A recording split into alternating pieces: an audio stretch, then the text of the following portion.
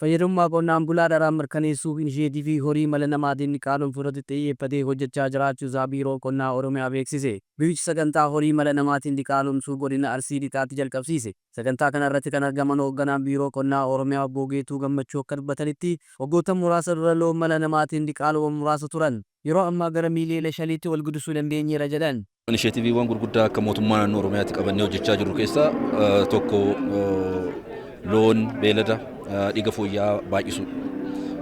Hojiiwwan kanaan bara baraan jijjiiramoonni gurguddaan akka dhufan naannoo keenya keessatti hojiin hojjetamaa dhufee jira jechuudha. Hojiiwwan gurguddaa hojjetamaa jiran kana keessatti keessumaa'uu mala lamaan loon qaalomsuu irratti hojiin jalqabneetoo jiru. Bara baraan lakkoofsi beeladaa mala lamaan qaalamanii akkasumas oomishti aannanii bara baraan argamaatoo jiru guddachaa dhufee jira jechuudha. Bara 2012tti mala lamaan loon qaalomsuu irratti loon 245 kan hin caalle naannoo keenya keessatti kan irratti hojjetamaa ture. Yeroo ammaatitti loon mala lamaatiin qaalomanii dhiiga fooyya'aa qaban loon miliyoona 4 fi tuqaa 8 ta'ee jira. Almost loon miliyoona 5 ta'u loon dhiiga fooyya'aa aannan gahaa kennuu danda'an naannoo keenya keessatti akka jiraatan taasisuun danda'amee jira. Aannan kanaan dura waggaatti liitira biiliyoona 2 ol hin argamne yeroo ammaa gara biiliyoona 5 argachuu irra geenyeerra jedhan Obbo Geetuun.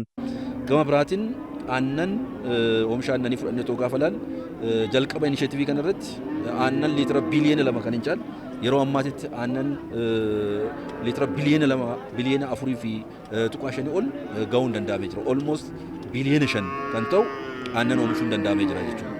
Kun inisheetiviin keenya agam jijjiiramaa akka inni fidaatoo jiru wanta namatti agarsiisu. Bara kana loon miliyoona 1 mala namaatiin qaalomsaman keessaa irra caalaan isaanii raadeen akka dhalataniif hojjetamaa jira jedhan. Bara kan loon miliyoona 1 ta'an karaa mala namaatiin qaalomsuudhaan gaggeessuudhaaf keessumaa'uu guyyaa tokkotti loon baay'ee akka isaan qaalomaniif xiyyeeffannoo guddaan kennamee hojjetamaa kan jiru jechuudha. Kanaan dura jabbiloonni dhalatan jabbiloota wayinfanatu dhalachaa ture. Yeroo ammaatitti raaddeen akka isaan dhalatan gochuu irratti immoo xiyyeeffannoo guddaa kennee hojjechaa jiru. Ministeerri Deetaa Ministeera Qonnaa Dr. Fiqiruu Raggaasaa gama isaaniitiin akka dubbatanitti biyyi keenya qilleensa mijataa fi loon hedduu qabaatus bu'aa ga'aa irraa argachaa hin turre. Fayyadummaa qonnaan bulaa mirkaneessuuf loon qaalomsuu irratti hojjenna jedhan. Biyyi keenya Itoophiyaanis ta'e Oromiyaan haala qilleensa mijataa kan qabduu fi qabeenya ishee qabdu keessaatii tokko immoo beeladadha. Beelada baay'ee qabdi. Beeladni jiru kun immoo oomishni nu kennu baay'ee xiqqaa waan ta'eef sanaaf immoo jijjiiruudhaaf mootummaan illee xiyyeeffannootti kennee karaa karoora maaddii guutuutiin hojjechaa jira. Sana keessaa hojiin cimaan hojjetama karoorfame sanyii fooyyessuudha.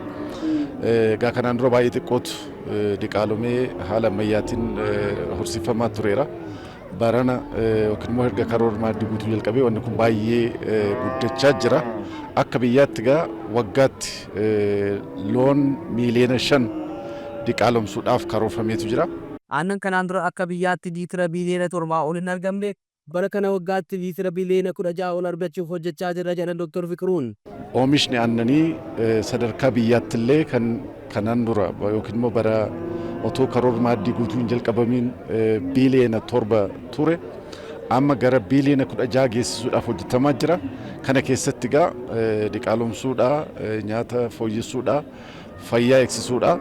Kanaafuu wanni har'a asitti argine kun qaama karoora biyyaa keessaa isa tokko ta'ee Oromiyaan immoo bakka bal'oof loon baay'ee waan qabduuf kuni gumaachanni akka biyyaatti qabullee guddaa waan ta'eef haala kanaan asirratti argamneet hojiin kun inni jalqabsiisutti jira. Qonnaan bultoonnis kanaan dura baay'ina loonii lakkaa'u malee bu'aa ga'aa irraa argachaa turre. Erga qaalomsinee fayyadamuu jalqabnee caalmaatti irraa fayyadamaa ta'aniirra jedhan. Garaagarumtiin horii qaalomsuu kun horii kennan garaagarumti fagoo adda jira. Fagoo jira.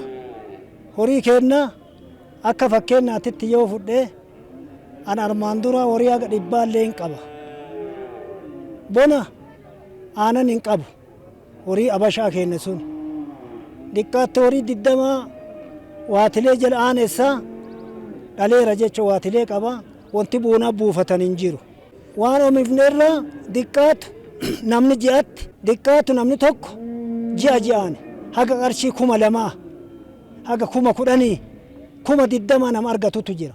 Haga 30,000 mindaa mootummaatii olitti aanan